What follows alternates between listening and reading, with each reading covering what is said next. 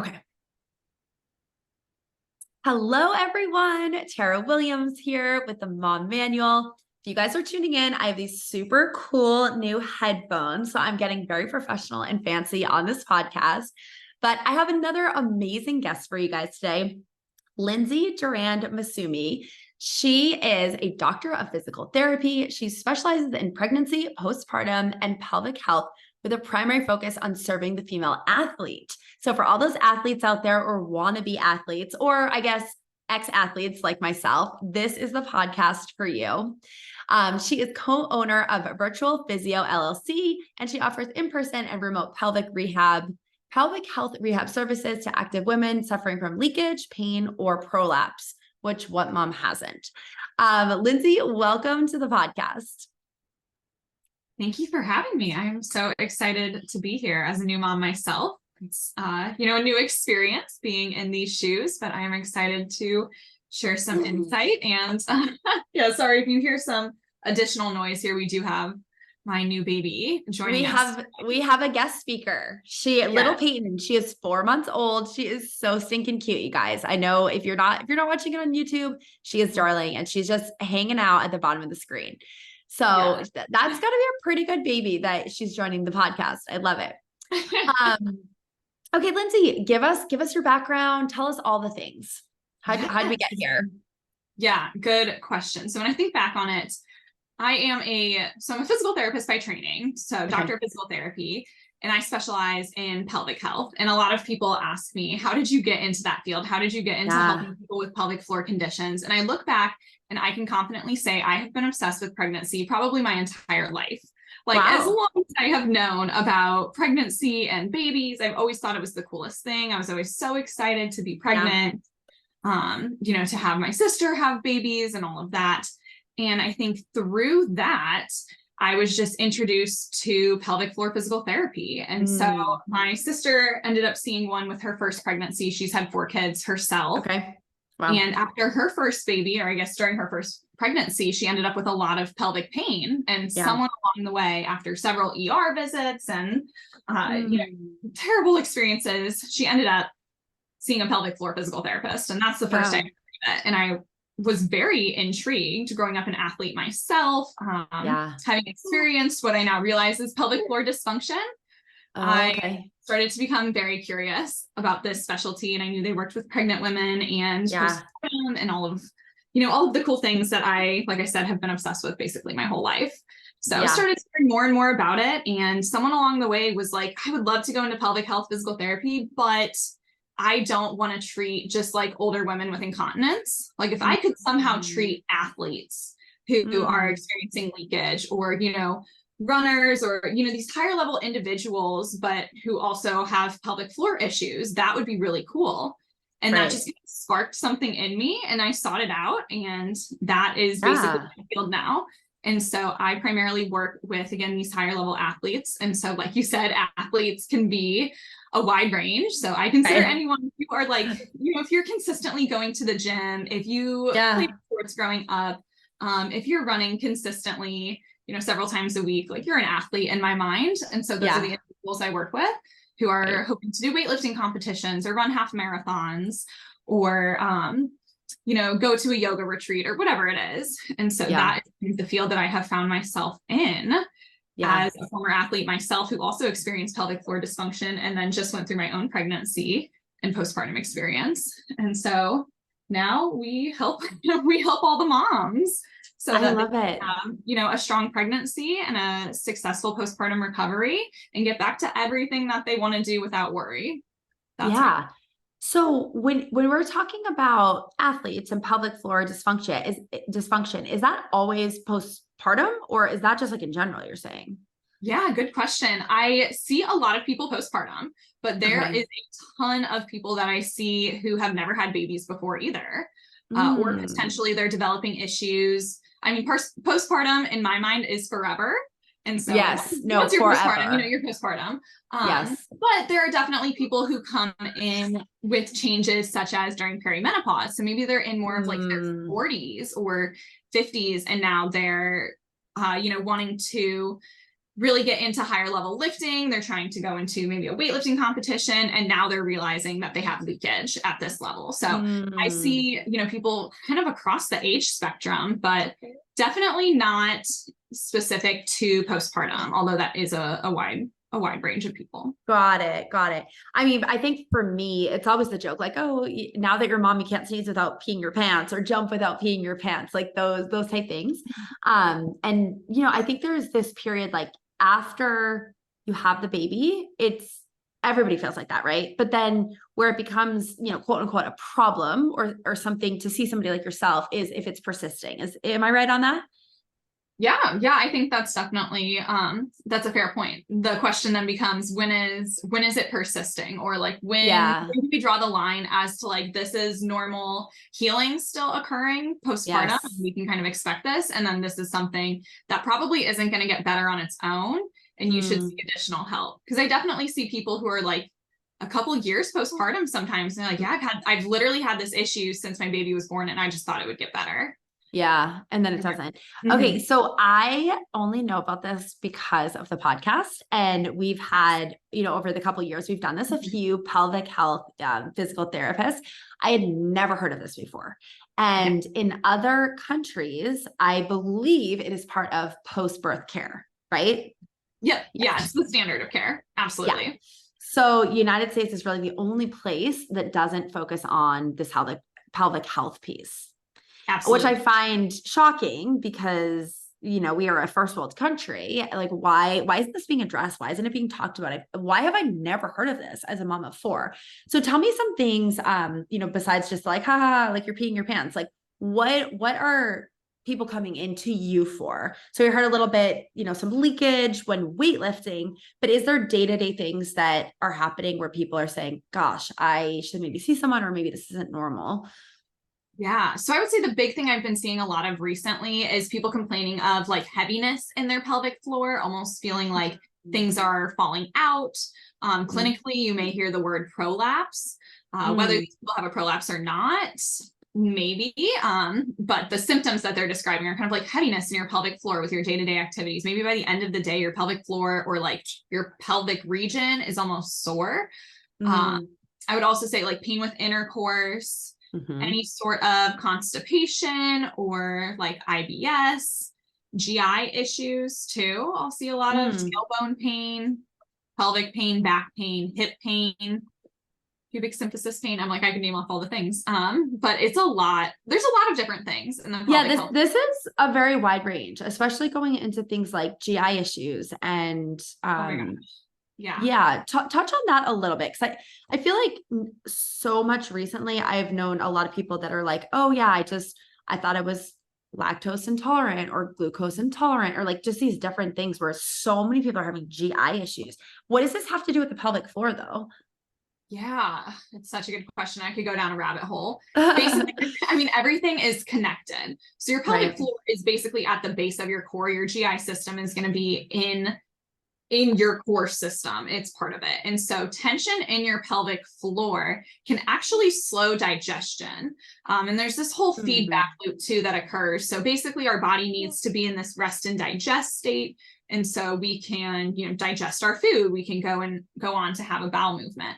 But in our current society, especially, you add in a pandemic and a new mom and the trauma of the medical system and all of the other things that you have to add into just like how difficult and challenging it can be to be a parent in this day and age. And our body is in fight or flight mode a lot.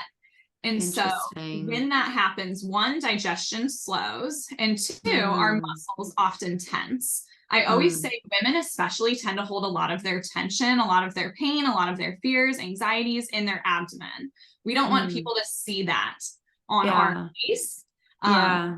So we're not going to hold it up here in our neck and in our shoulders. We're going to hold it in our pelvic floor, more or less.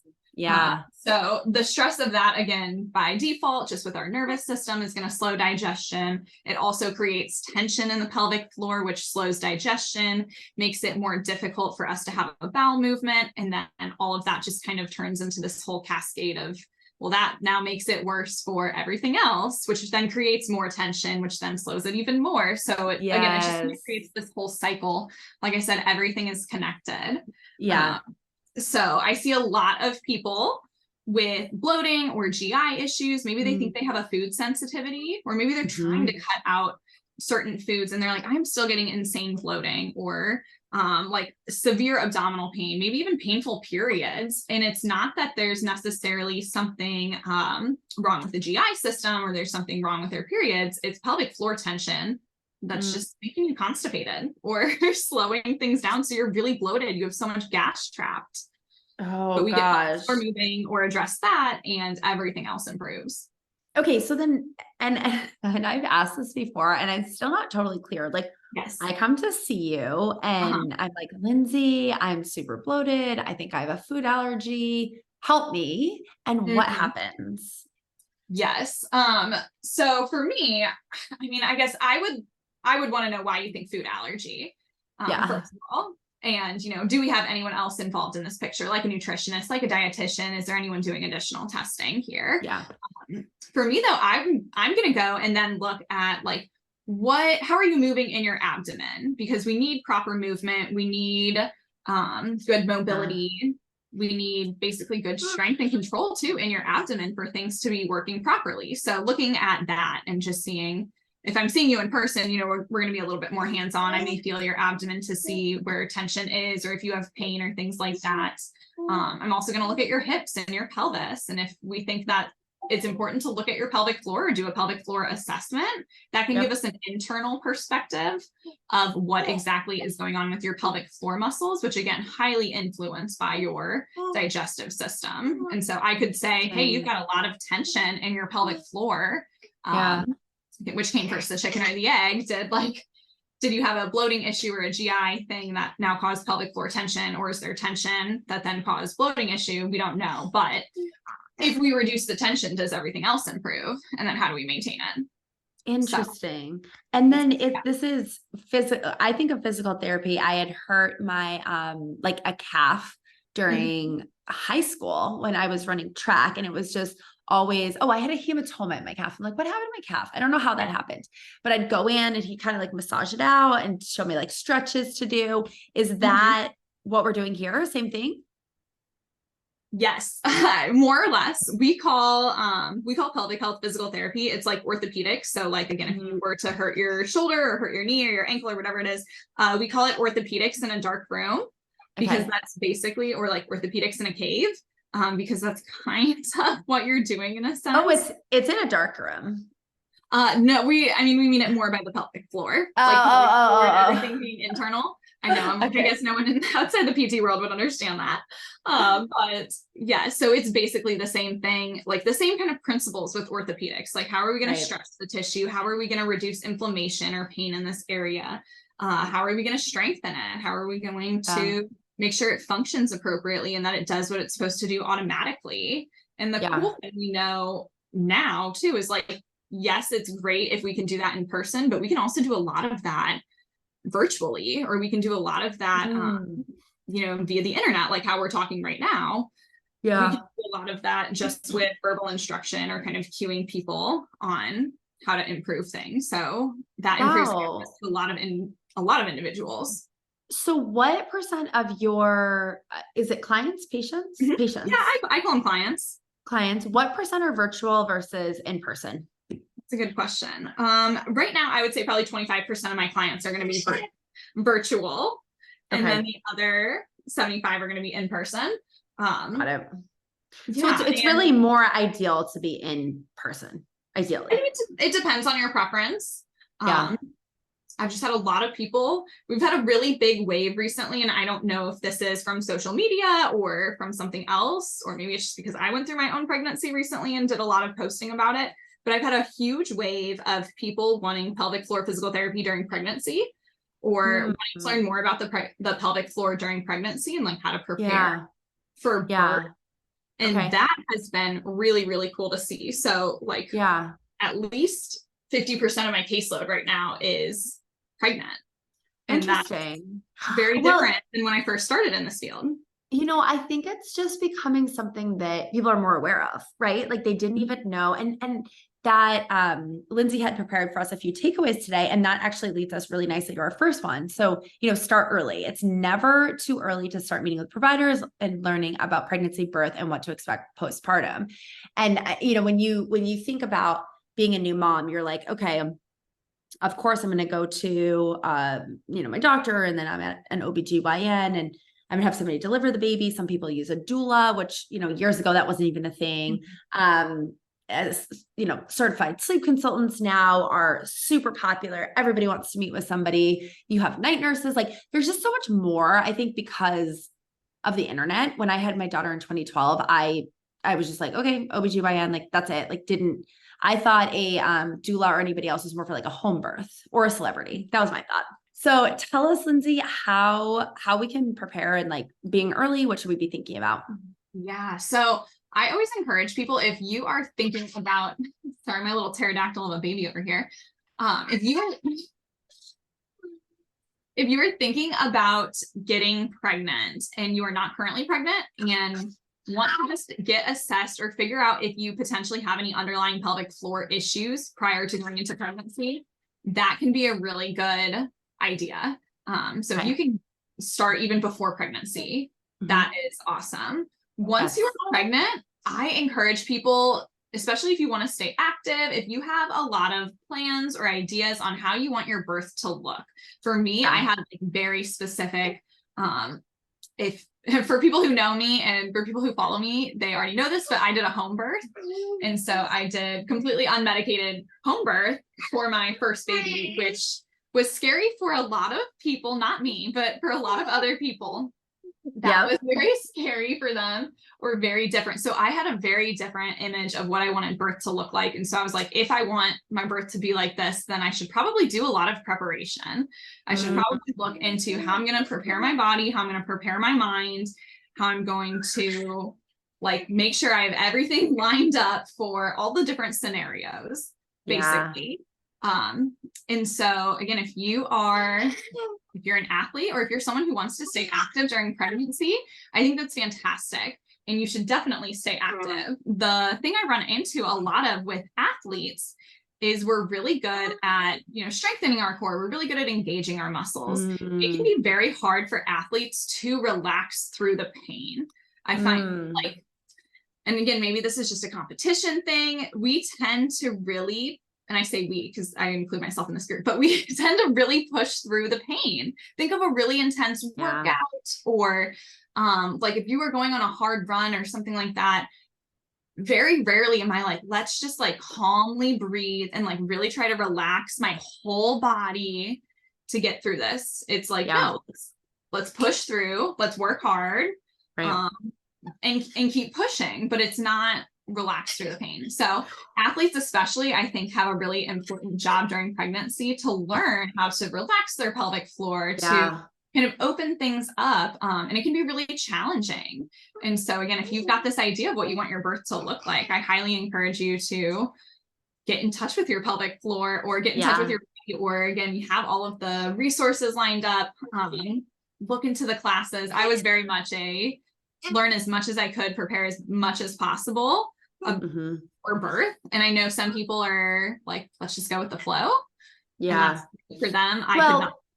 And I think like you said, the type of birth you were looking to achieve, you can't really just do that, right? Like other people can just roll into the hospital and, there's a medical staff and there's a OBGYN, you hope maybe, but somebody will deliver the baby. If you want to do it at home, that has to be very intentional. Why did you decide to do that and unmedicated? I guess it has to be unmedicated at home, right? Correct. Yeah. Okay. Correct. So why did you choose that route? Yeah, people ask me that all of the time too.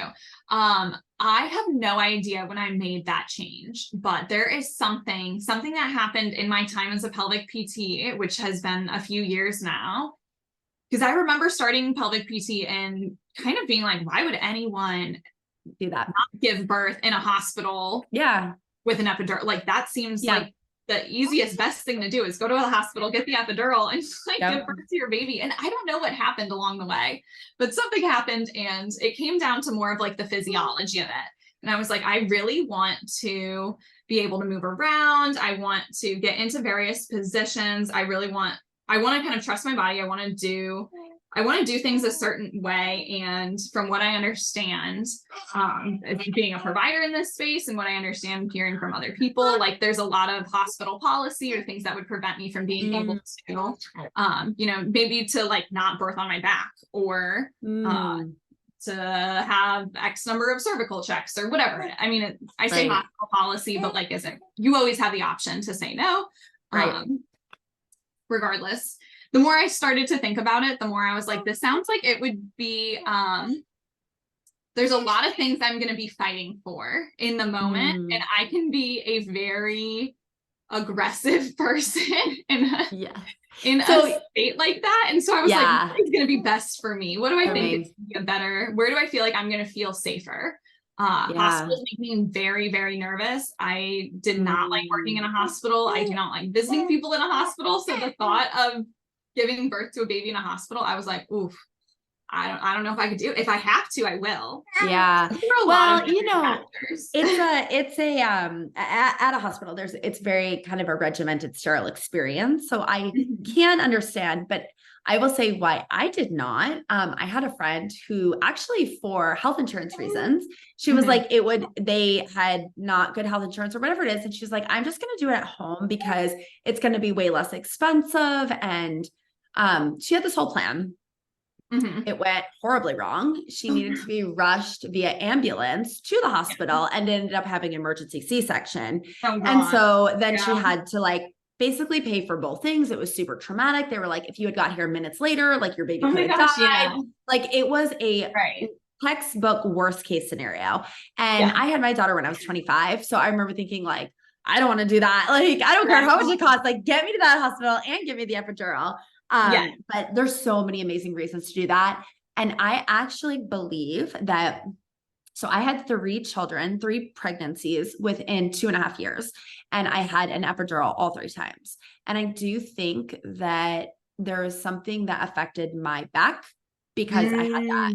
So could it have been like the 3 pregnancies? But I did some research on epidurals, and I mean, they're not, if you think about the mechanism, it's numbing your whole body. It's a massive needle. There is chance for infection. Like there's just a lot of risk with it.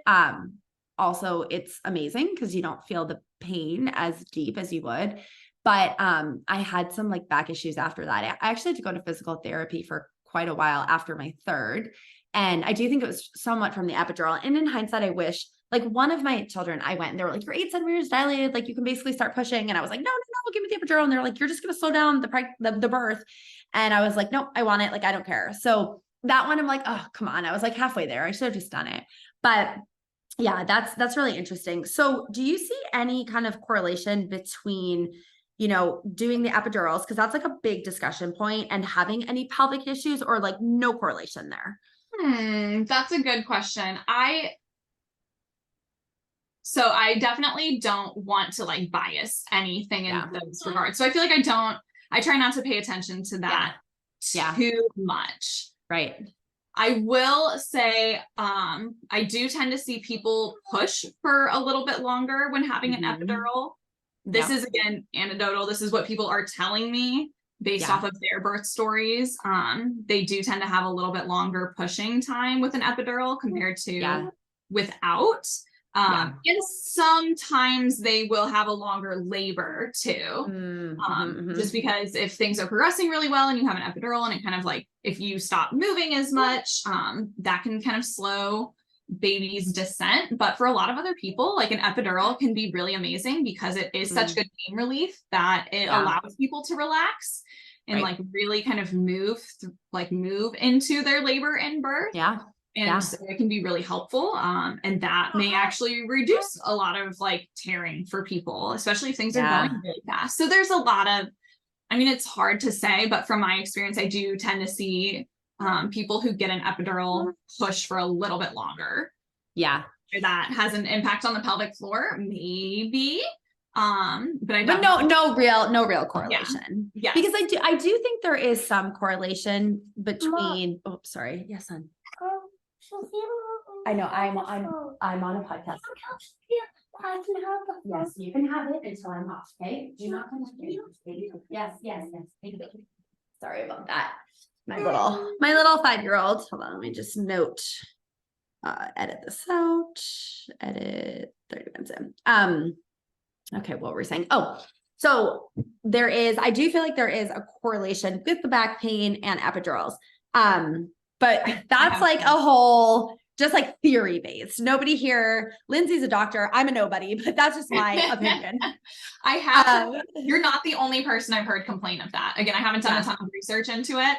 And I never want to like discredit people's experiences. Like if you come in and you're like, the epidural caused my pain, like I have to listen to that, at least in my mind. Yeah. Regardless of whether that's true or not. I'm like, that's what she thinks. And so like, let's do it. Yeah. Yeah. Focus on that. Right.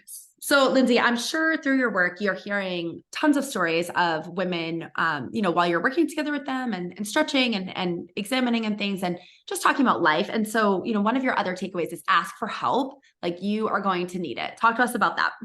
Yes. I think it is so hard, especially in today's day and age.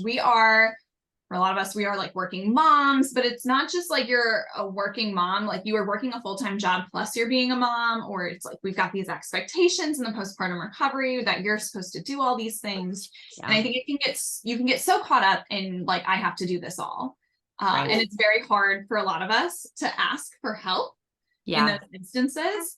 And I think it's even harder in those moments when you are super stressed out and sleep deprived and like your body's recovering and maybe you're not eating the best. It is really hard to ask for help in those instances. So I found, at least in my experience, having that help lined up ahead of time, like during pregnancy, we kind of arranged, okay, how are we going to have help lined up in terms of like, who's going to bring us food, or how are we going to have food available to us, or who's going to come over and just help with the baby during the day, who's going to take late night feeds, so that I can actually get some rest. So having that set up ahead of time, I think really helps people out. Because like I said, it is so hard when you are in that moment and you are so deep in it or so thick into motherhood where you feel like you should be doing it all. It's really hard to ask for help. So and I feel like I have an 11-year-old. So I feel like it was like a lifetime ago that I had her. And it also really was pre-Instagram. So Facebook was out, but this level of sharing and influencers, content creators, just like really sharing their life. I mean, at the time I was reading about things in magazines or like what to expect when you're expecting, like there was no real talk. And so I just didn't even know what to expect. And I think anyone who's listening to this that's pregnant, I'm sure you are much wiser and more educated than I was, but like you really do need a lot of help. And some people don't have that option. I had moved across the country for a job, and my husband and I were just married. We were in a new city. Like we didn't really have friends yet. We didn't really know a lot of people. And I'm super lucky. Like my mom flew literally across the country, Boston to California for 2 weeks. And then my sister had her headquarters was by me in California. And so she was able to then come the next 2 weeks and like go to work, but still hang out with me at night. And like, you just need help for cooking, which again, like at the time, like DoorDash wasn't even around, like you couldn't easily get food.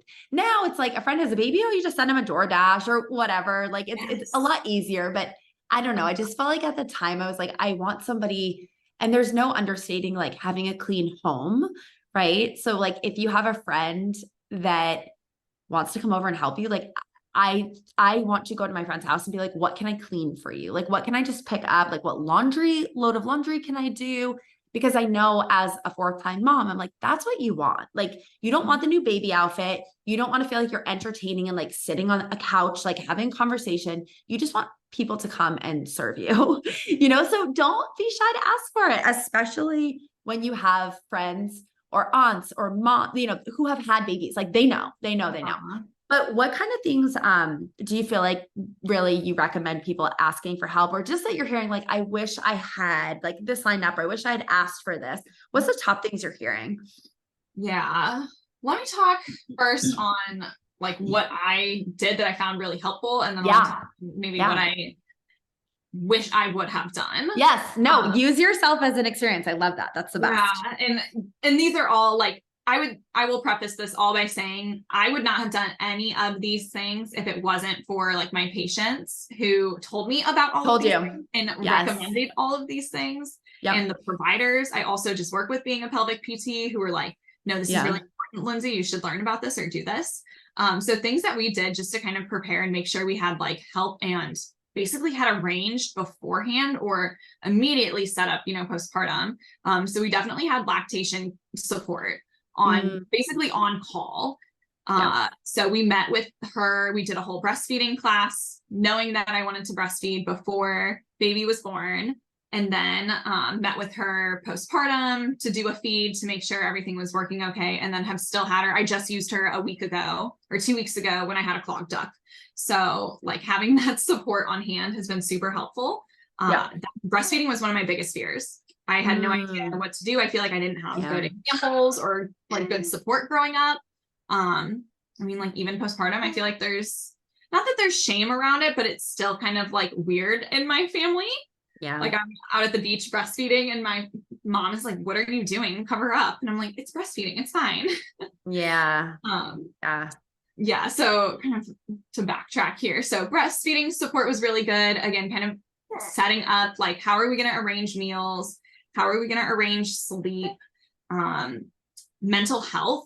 Both of us had mental health support basically on call too. And again, appointments already set up in advance, just knowing. That's amazing. Like who did you set up ahead of time? Both of us had therapists. Just a therapist.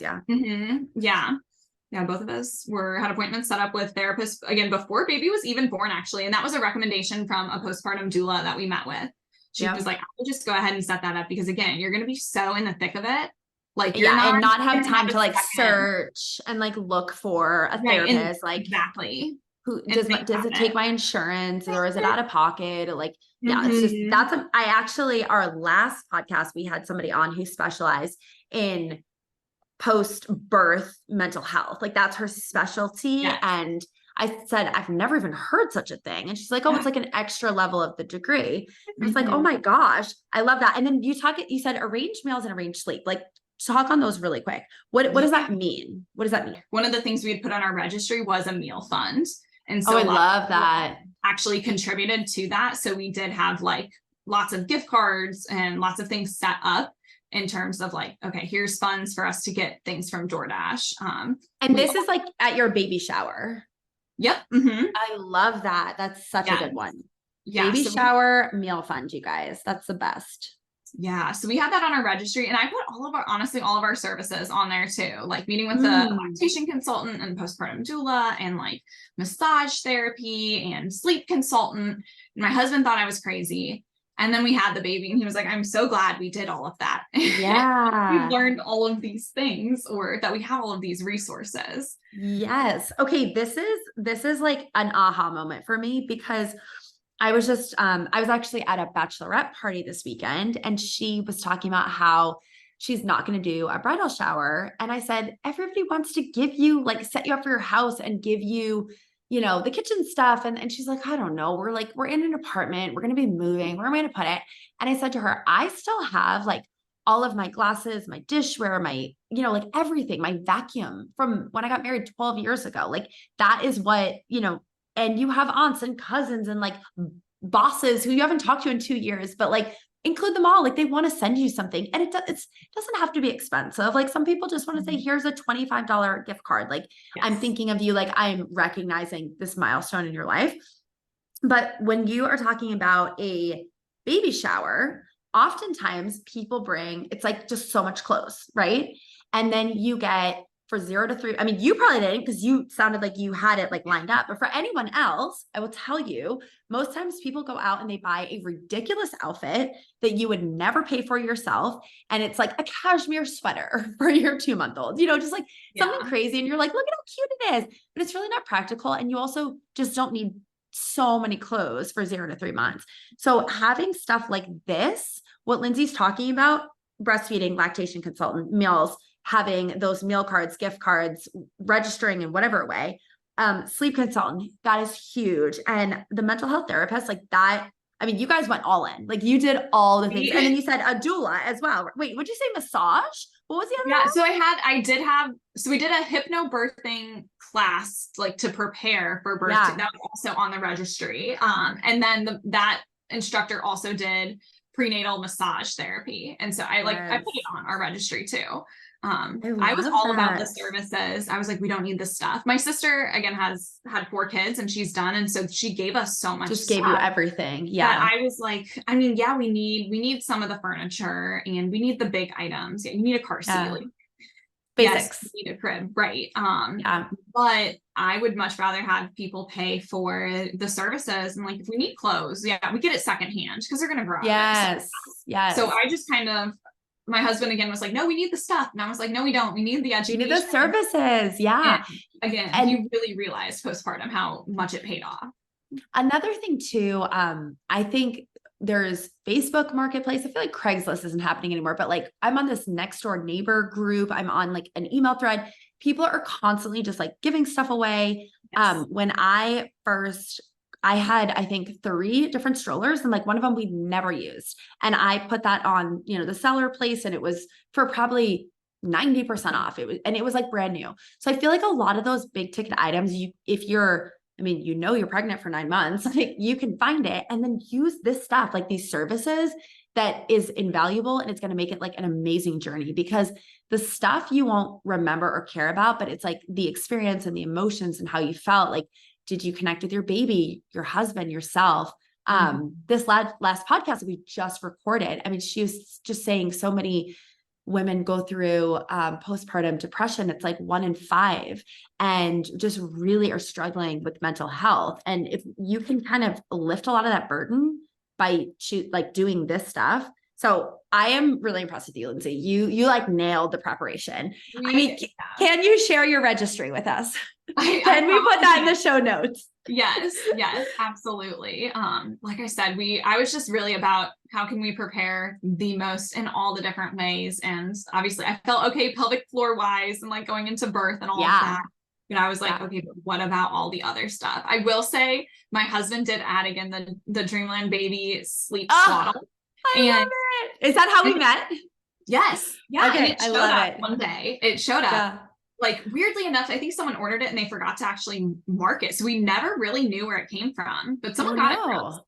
And it just showed up. And I was like, this is ridiculous. I can't believe you put this on your registry. And it is like one of the most items gosh. We started day 3, I think, or day 4 of her life. And she's used it every night since. And we have several at this point that she just cycles through. But that is definitely, if you're going to add the stuff, add that one. I tell everyone. Oh my gosh, I love it. I mean, I don't talk about the business a ton on this podcast, but I am the founder and CEO of Dreamland Baby. And I made it for my son. And he was waking up every hour and a half at 6 months old.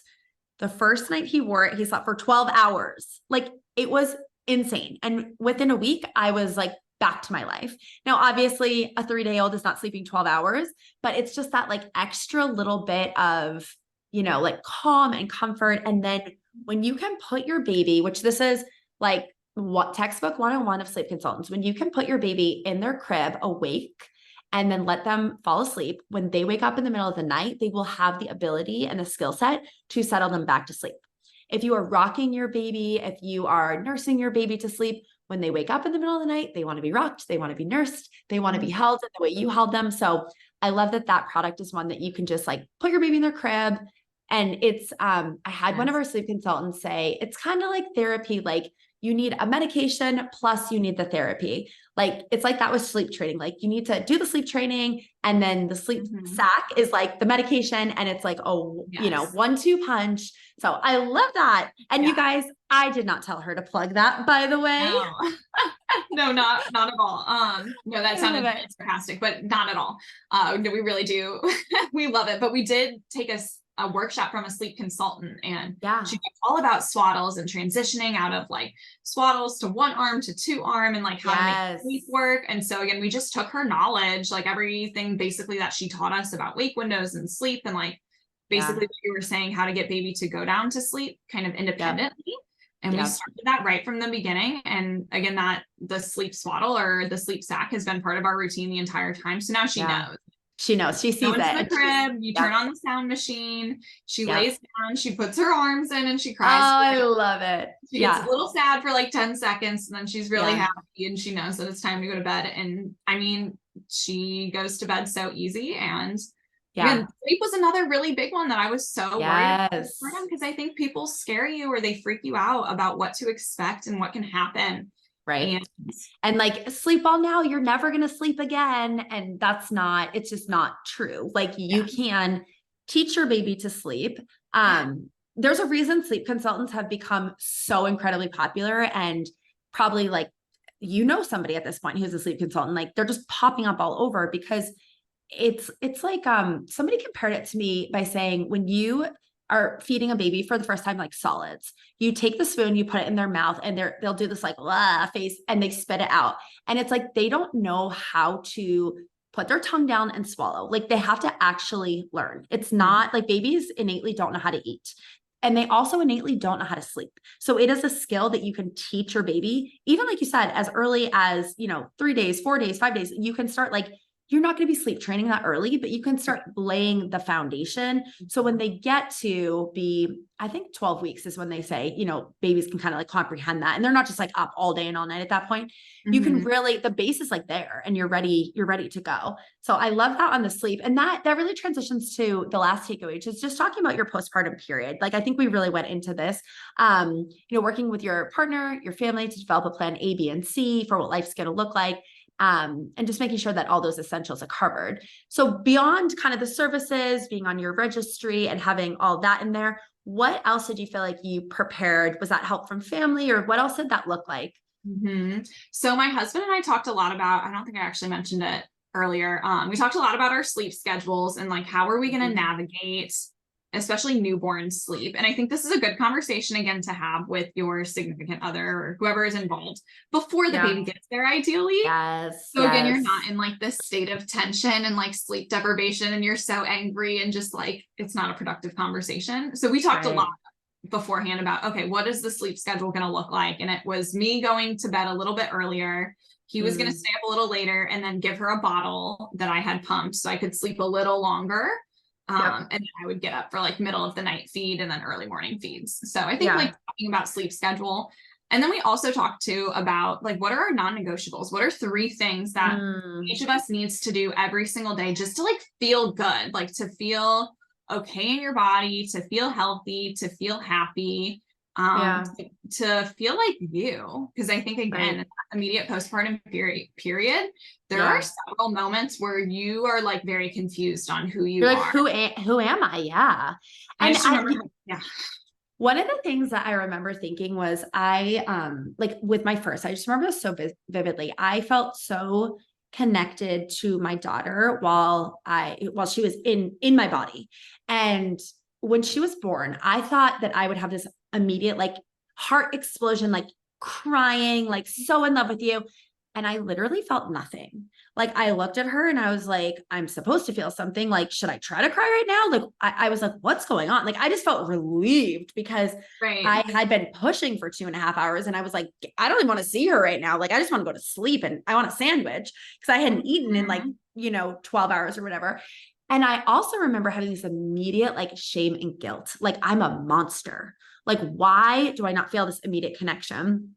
And it helps with like skin to skin and like breastfeeding is super helpful. But I think for anybody who's listening, who's either just had a baby or you're pregnant, like after you have the baby, it's almost like you have this, this thing you're looking forward to for 9 months. And then I almost remember like going home from the hospital and feeling like a disappointment in a way, right? Like it's almost like you were preparing for this like vacation and then the vacation was over, right? And it was kind of like, oh, like maybe it wasn't as what I thought it was, or it was just this really kind of odd like mix of emotions. And again, like feeling that guilt that I wasn't like so happy because she was healthy and she was here. And, and I again looked at her for probably, I would say at least a week or 2 and really didn't feel anything. And then the like love grew and the bonding grew after I like knew I was keeping her alive, right? Like feeding and showering and like dressing her up and, whatever, but it wasn't immediate. And it made me really have this almost like, crisis of self, if you will. Like I imagined I would be the mom that when the baby is born, I am crying, right? And when I was not, I was like, who am I? But then also on the flip side, you have this like, I am no longer me, I'm a mom. And it was like, for me, I was like a mom of this child that, not that I didn't want, that I didn't feel a connection to. And I was just like, what is happening right now? And also you're tired and you have the hormones are going crazy. Like there's so much happening. But yes, you having that like loss of self, I think is totally normal, at least for a time period, right? Where you're just, you don't know what's happening. So I love this idea of these non-negotiables. So can I ask, if you're okay answering it, what were your 3 and what were your husband's 3? I know. That is what were my husband's 3? It's a good question. And honestly, mine were like nothing crazy. So one of them was, I think I remember this now. One was 30 minutes of outside time, regardless of what that was. So I would like go and sit outside on the deck with the baby, or I would sit out on the patio, or, when I got a little bit further on, we would go on a very gentle walk or something like that. Yeah. So there's that one. Another one was like brushing my teeth and washing my face every day. Yeah. Again, like seems really basic. So simple. Like you get so caught up sometimes that you don't realize you're not taking care of yourself. Yeah. I think the third one for me was like, I wanted the dishes to be clean at the end of the day. I was like, whether that's again, assigning that to someone or doing it myself, but like, I would really like to start off every morning knowing that there was like a clean kitchen. Yeah. It just made everything smoother. So those were my 3. And I mean, it was really like, those were the most important things of every day, at least for me. And it was treated that way. And so it was great to see that. And then I think for my husband, he also had the 30 minutes of outdoor time. And I think he also had, his might have been like a shower every day or something. like that. Basic. I think he also had another one, like spend, 30 minutes with my wife, or like he wanted to focus on more of like the quality time and making sure he and I were having time. Like, yes. Okay. And for anyone who's listening that is like, your husband's an angel, you did say he gave you some pushback on kind of the services and setting everything up, right? So like you needed to get him on board a little bit. He wasn't like, oh yes, let's do all these things. Right. He was not necessarily on board. I think the more we went along, he was like, okay, I trust that she knows what she's doing, but he was just like, this is a lot. Like, you're like, we're having a child. Right. We are introducing a baby to this world. Yeah. We have to learn all the things. We need to know everything. I love the 3 non-negotiables. On another podcast, we had talked about like setting your values, which really aligns with this, right? And if you were to say what my values are, and then go dial down deeper to say what my specifics to like fulfill those values, I think it's just stating it. So your husband or partner, whoever, if you're, single doing this on your own and you have a sister or a mom or whoever helping you, like they know what's important to you, because they might be cleaning your bathroom and you're like, I don't care about that. I just want the kitchen sink to be clean, right? So by stating it, and I love everything Lindsay had said about doing it ahead of time. So you're not doing it sleep deprived with crazy emotions, with like a baby who's crying and you're in this state of chaos. Like you're doing it while you're planning and you're thinking, right now our life looks like this. Soon our life is going to be like this. What do we want to hold on to that we currently have to keep this kind of like in a peaceful, organized manner?